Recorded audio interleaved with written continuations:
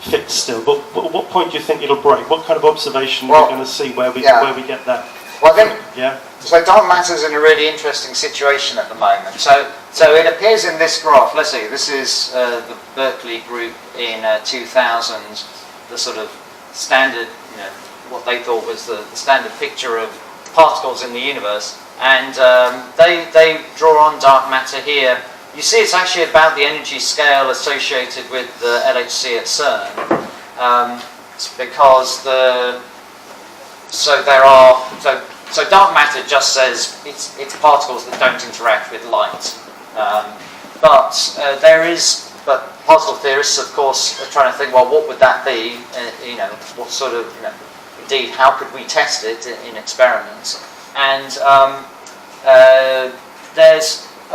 there was, maybe still is, what we think the simplest interpretation in particle physics of dark matter, which is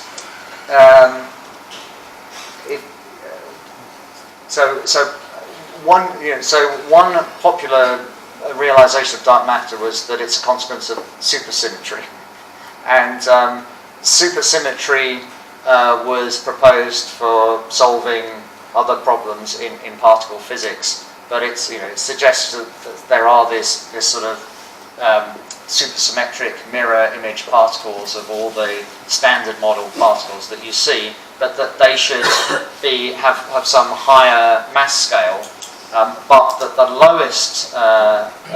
lowest mass supersymmetry particle would be stable.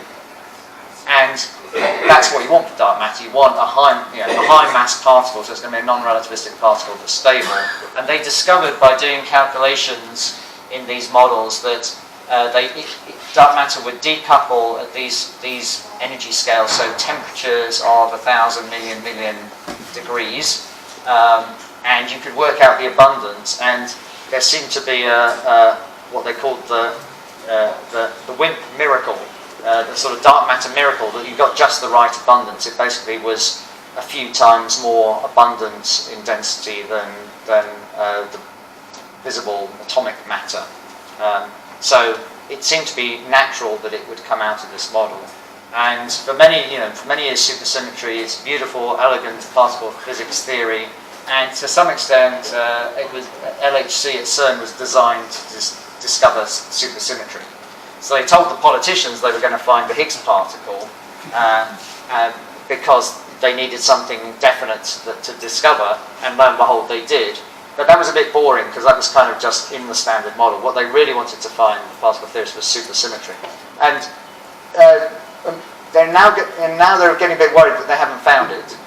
And that means that this particular class of dark matter, that would be a thermal relic dark matter, could be in jeopardy.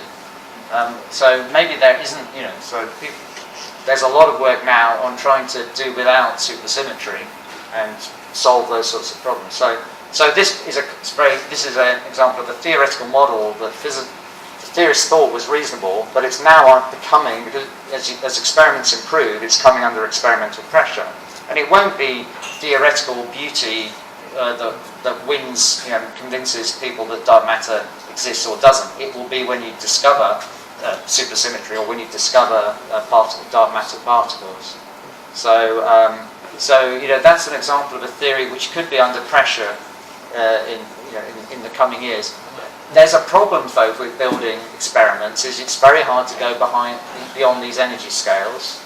So if supersymmetry is at a slightly higher energy scale, you begin to wonder if we'll ever find it. So then there are challenges. Can it survive at higher energy scales, So it's an interesting point. So that particle physics is under a little bit of pressure here. So it's time supersymmetry turned up, if it exists, as it was supposed to.